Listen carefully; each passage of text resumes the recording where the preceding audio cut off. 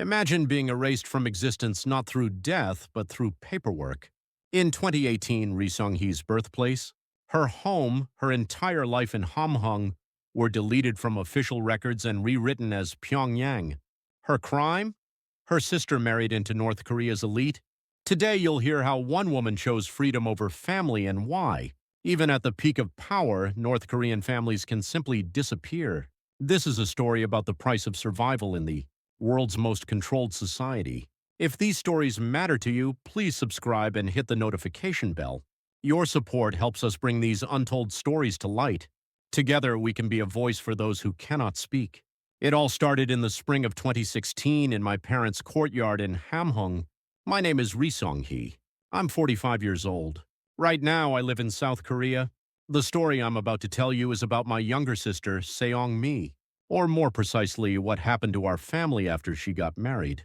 Seong-hee was 10 years younger than me. She could sing beautifully from an early age. My mother used to say, Seong-hee's voice was different from the day she was born. It was true. Whenever there was a neighborhood gathering, Seong-hee would perform. People would applaud. She went to the Kim Won-gyun Music Conservatory in Pyongyang. When she was 20, my father taught math at a middle school his whole life. You should have seen how proud he was. Sending his daughter to a university in the capital, my mother stayed up all winter making clothes for Seong-hee to take with her. Seong-hee performed on stages in Pyongyang. A few years later, she even joined the Mansudae art troupe. That's when things changed. The way neighbors looked at us shifted. Teacher Ri Cheolho's daughter sings in Pyongyang. She performed at Mansudae. Word spread. It was February 2016. Seong-hee called me. Her voice was shaking. Iani, I'm getting married. To who? Someone I met in Pyongyang. Iani, his family is. They're high-ranking.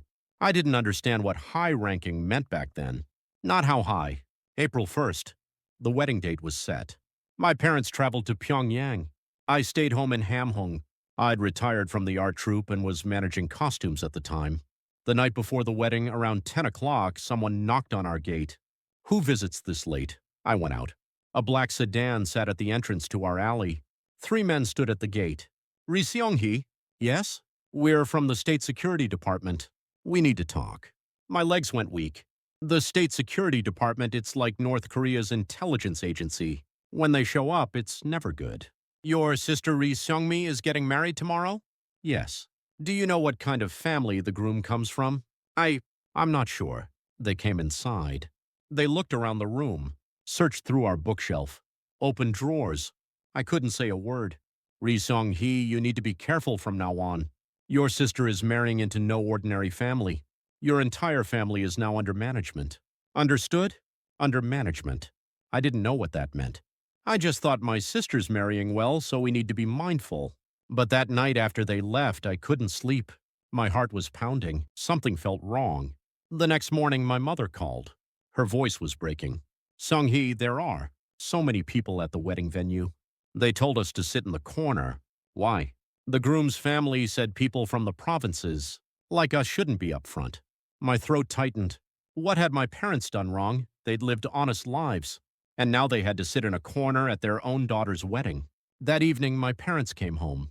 My father didn't say a word. My mother went straight to her room, pulled the blanket over herself, and lay down. Father, what happened? Did you get your checkup? He didn't answer, just shook his head and went to his room. That night, outside their door, I heard my mother crying. Yobo, what did we do wrong? What did we do? My father spoke quietly. It's okay. We just need to live quietly. They said if we stay quiet, we'll be fine. A chill ran through me. They said if we stay quiet, who said that? What did it mean? The next morning, my mother set out breakfast. Her hands were shaking. She dropped a spoon. Spilled soup. Are you okay? I'm fine. Just no strength in my hands. My father didn't touch his food. Usually he'd read the paper, listened to the radio. That day, he just sat in the corner of the yard. I went into my mother's room and asked quietly, what happened in Pyongyang? Her voice trembled. Seong-hee, we have to be careful now. Because of Seong-hee, we have to be careful for the rest of our lives. Why? What happened? Don't ask. I don't want to talk about it. After that day, our house changed completely. My father had nightmares every night. He'd bolt upright, muttering, I'm sorry, I'm sorry. My mother would just stand there while cooking, staring into space. That winter was especially cold. But what froze our house wasn't the weather. It was fear. Fall of 2017. I was working in the costume department at the art troupe. We were busy preparing for a new performance. Mending costumes, managing props, that sort of thing. One day I got called to personnel. Seong-hee, come to the personnel office. Personnel manages employee records. Going there usually isn't good news. Either a promotion or a problem. What is it? The woman in charge handed me a document. We need to update your family registry. Sign here. I started reading. Something looked wrong. My birthplace wasn't listed as Hamhung. It said Pyongyang. My occupation wasn't costume manager at the art troupe. It said Arts Administration, Pyongyang. My residence was listed as Pyongyang Jung District. This is wrong. I've never lived in Pyongyang. No, this is your new record. New record? I've never lived in Pyongyang. Seong-hee, lower your voice. This came from above.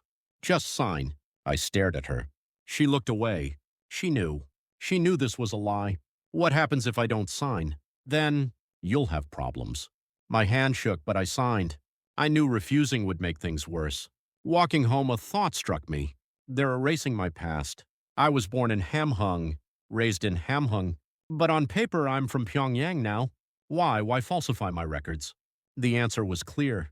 My sister Rai Seong-mee's husband's family ranked too high. Having in-laws from the provinces was a burden, so they turned us into Pyongyang people. On paper, at least. That night I called Seong-hee. It had been a while. Seong-hee, it's me. Eoni. Her voice was cold. My records changed. It says I'm from Pyongyang now. What's going on?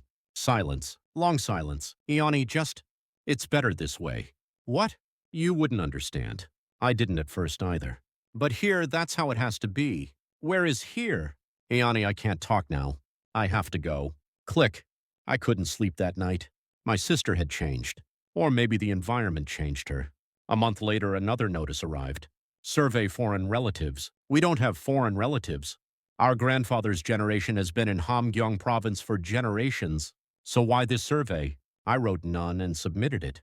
A few days later, another summons. Seong-hee, don't you have relatives in China? No. Are you sure? Yes. Then what about your uncle-in-law having Chinese citizenship? I froze. My uncle-in-law, he's ethnic Korean, but he returned to North Korea. I heard he came back in the 60s. He's already a citizen here. He returned long ago. According to records, he's Chinese. Investigate again. That's when it hit me. They want to erase us. Falsify records, delete the past, create problems so they can eliminate us. That evening, I told my father, we can't stay like this. He shook his head. Seong-hee, endure. If we stay quiet, it'll be okay. But I knew.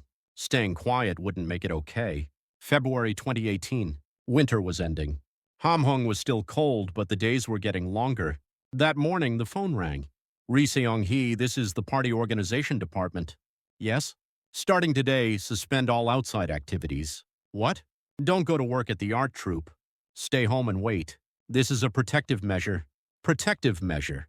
There it was again. A year and a half ago when Seong-hee got married, they said we were under management. Now protective measure. Until when? We'll notify you later. The line went dead. I called the art troupe. This is Seong-hee. I can't come in today. We know. We were notified. When can I come back? Not sure. Wait for instructions. I was trapped at home. The first few days I thought of it as rest. Caught up on cleaning, read books. But a week passed. 2 weeks. A month. No word. When I tried to go out, someone at the alley entrance approached me. Where are you going? Just to the market. Not today. Go tomorrow. Tomorrow came. Not today. The next day. Not today. A friend tried to visit. They stopped her at the gate. Seong-hee is not receiving visitors. Not receiving visitors. I'm her friend. No. Go home. That's when it hit me. This isn't protection. It's imprisonment. Late March, I exploded. I shouted at the guard. What crime did I commit? Why am I locked up? Seong-hee, calm down. This is to protect you. Protect me from what? From external threats. What external threats? I'm just an ordinary person. He didn't answer. Just turned and left. Every night I cried. Outside my window, people walked by. Women heading to the market, children going to school, workers coming home. Everyone moved freely, but I couldn't leave. I'd lived in Hamhung for 45 years. Now my home was a prison. My mother brought me food. Seong-hee, endure. Just a little longer and it'll be okay. How long, Mother? I can't live like this forever. But we have to. What else can we do? That night I made a decision. I can't live like this. My sister is erasing my life. I've done nothing wrong. Why should I live this way? One day in April, the phone rang. Seong-hee, you have an overseas assignment. What? The art troupe is touring Eastern Europe. You'll go as costume management staff. Departure is end of this month. I couldn't believe it. 3 months locked up and suddenly an overseas trip? Why so sudden? It was decided from above. Prepare. The line went dead. Right then, I knew. This is my last chance. If I miss it, I'll be trapped here forever. I told my parents. Father, Mother, they're sending me on an overseas trip. Really? Where? Eastern Europe. About 2 months. My mother took my hand. Be careful. Write to us. I nodded, but inside I was crying. Mother, Father, I might never come back. April 28, 2018. At Pyongyang's Sunan Airport, I boarded the plane. 35 performers, 5 state security agents, 10 staff.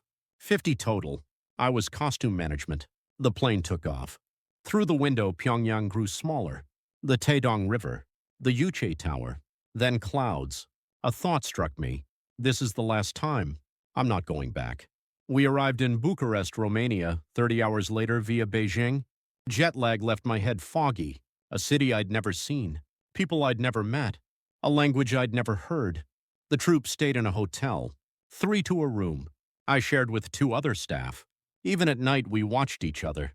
The first performance was May 5th at Bucharest's National Theatre. Backstage, I helped performers with costumes and changes. After the show, the audience applauded. Hearing that applause, emotion welled up. These people are free. They came because they wanted to. They're watching because they want to. The troupe moved from Romania to Hungary. 2 weeks of performances in Budapest. One evening in the hotel lobby, I saw Korean tourists pass by. I heard Korean. Honey, let's take a picture here. Okay, the night view is beautiful. My heart raced. They're from South Korea. People who speak the same language. Mid-June. The tour was ending. The director called a full meeting. Comrades, let's prepare to return home. We leave June 21st. People applauded. Everyone was happy to go home. But when the director started reading names, something strange happened. Those returning to Pyongyang: Kim Cheol-soo, Park Young-hee, Ri Myung-suk. He read through the list. My name wasn't there. After the meeting, I approached him. Director, my name wasn't on the list. He looked at me coldly. Ri Seong-hee received separate instructions. What separate instructions? You're not returning to Pyongyang. You're on standby for now. Standby? Here? No. Transfer to Berlin. You'll get further instructions there. My whole body went cold. Transfer to Berlin? Not return to Pyongyang? It was clear. I'd been abandoned. That night I didn't sleep. Next door, people were packing. Everyone preparing to go home. But me? Where was I supposed to go?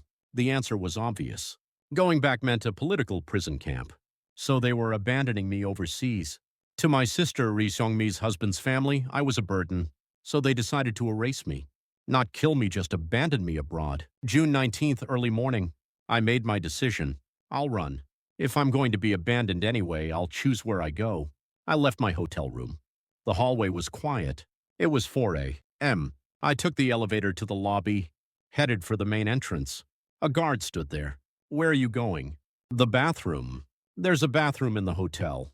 I want to take a walk. No. Go back upstairs. I turned around but didn't give up. The next day, during the daytime, while people were out sightseeing, I slipped away. I caught a taxi, showed the driver the address of the South Korean embassy. I'd written it down beforehand. The driver nodded and drove off. Through the window, Budapest streets passed by. People walking freely, sitting in cafes, laughing and talking. I wanted to live like that too. After about 30 minutes, the taxi stopped. Here you are. I got out. A building stood ahead. Embassy of the Republic of Korea. The Taegukgi flag fluttered in the wind. June 24, 10 a.m. I stood in front of the South Korean embassy gate. My heart pounded. My hands shook. My legs had no strength. I knocked. A guard came out. Looked Hungarian. Can I help you? My voice trembled. I need to see someone from Korea. Do you have an appointment? No, but it's urgent. What is it about? I spoke quietly. I'm from North Korea. His expression changed. He went inside. A moment later, a Korean person came out. Come in. I entered the embassy. They led me to a small room. One desk, two chairs. A man sat there. Looked to be in his 40s. Please sit. What's your name? Seong-hee. Where are you from? Hamhung. When did you leave North Korea? April 28th. I came out as performance staff with the art troupe. Why are you here? Tears burst out. Everything I'd been holding in came flooding out. I can't go back. If I go back, I'll die. He handed me a tissue. Take your time. What happened? I told him everything from the beginning. My sister Ri Seong-mee's marriage, our family coming under surveillance, my parents being summoned to Pyongyang, my records being falsified, being confined at home, and coming on this overseas trip only to be left off the return list. He listened quietly, nodding occasionally. Ri Seong-hee, do you want protection as a citizen of the Republic of Korea? Yes. If you stay here, you can't return to North Korea. You might never see your parents again. Is that okay? I cried again. My parents, my father, my mother, the two people back home in Hamhung, knowing I might never see them again tore my heart apart. But I answered, yes, it's okay. I mean, it's not okay, but I'm going. Understood. We'll start the protection process. From that day, I stayed at the embassy. They gave me a small room. I couldn't sleep at night. My parents' faces kept appearing. My mother setting out meals. My father reading the newspaper. The apricot tree in our Hamhung courtyard. The walking path along the Songcheon River. The market ladies in the neighborhood. I was leaving it all behind. A week passed. The North Korean troop had already returned to Pyongyang. They knew I was gone. The State Security Department must have started searching. But I was already inside the embassy. A month passed. The South Korean Foreign Ministry contacted me. A plane ticket to Korea was ready. Late July. I got in a car headed to the airport. An embassy official came with me. Don't be nervous. You're safe now. But I couldn't help being nervous. North Korean agents might be tracking me. At airport security, my heart felt like it would burst. At immigration, my legs shook. Passport, please. I handed over the Korean passport. A temporary travel document. Purpose of travel? Returning home. Have a good trip. He stamped it. I boarded the plane, sat down, looked out the window. The plane took off. Hungary grew distant. Europe grew distant. And I was heading to Korea, heading to freedom. August 3, 2019. I arrived at Incheon Airport. I walked from the plane to immigration. So many people, laughing as they walked, talking freely on phones, meeting family and hugging. Tears came. I can live like that now, too. I passed through immigration. The officer smiled. Welcome. Welcome to the Republic of Korea. I bowed. Words wouldn't come. That day, my new life at Hanwon began. Hanwon is where North Korean defectors receive training to adapt to South Korean society. I stayed there for 3 months. The Korean language was the same, but accents were different. Words were different, too. Trash wasn't Reggie, but Sereji. Ice wasn't Yoram, but Yoram pronounced differently. Everything was different. Markets overflowed with goods. In North Korea, even at markets, there was nothing. But here there were 24-hour convenience stores. You could buy food anytime. I looked up North Korean news online. So many things I hadn't known when I was there. Then one day, a counselor at Hanwon called me in. Seong-hee, I have some news from North Korea. Yes? It's about your family. Your parents have been removed from official records. What? They've disappeared from North Korean residential registries. Their names, addresses all gone. I collapsed. My parents disappeared from the records? Your sister Ri Seong-me too. She hasn't appeared publicly in the past 5 years. Almost no records of her either. I couldn't sleep that night. My sister Seong-me, who married into that high-ranking family. The higher that family rose, the deeper her family was erased. Where are my parents? Are they alive? What is Seong-me doing now? Is she happy? I don't know. Now I live in Seoul. A small studio, but it's mine. I work part-time at a convenience store. I've made a few Korean friends. Sometimes at the supermarket, there are so many products I don't know what to choose. In North Korea, there was nothing to choose from. You bought what was there. On the bus, no one watches me. I can go anywhere, wherever I want. I can go to the library and check out books. No banned books. I can read whatever I want. This is freedom. But sometimes at night I dream. My mother making kimchi in the Hamhung courtyard. My father reading the newspaper. Seong-hee singing. When I wake up, tears come. I came here for freedom, because I wanted to live. But the price of my freedom was my family. My sister Ri Seong-hee is probably still somewhere in Pyongyang, as the wife of a powerful man. But where is that woman's family? Not in the records. Officially, they don't exist. Even at the peak of power, there was no family. I left my family behind but chose freedom. I believe my parents understood my choice. They would have said, live, Seong-hee. Live freely. So I keep living today. If unification comes someday, I want to go back to that house in Hamhung, walk along the Songcheon River path, taste the kimchi my mother made, and meet my sister Seong-hee. Seong-hee, it's me, your sister. Have you been well? I want to say that. Until that day comes, I'll live here, freely and with dignity. Thank you for listening.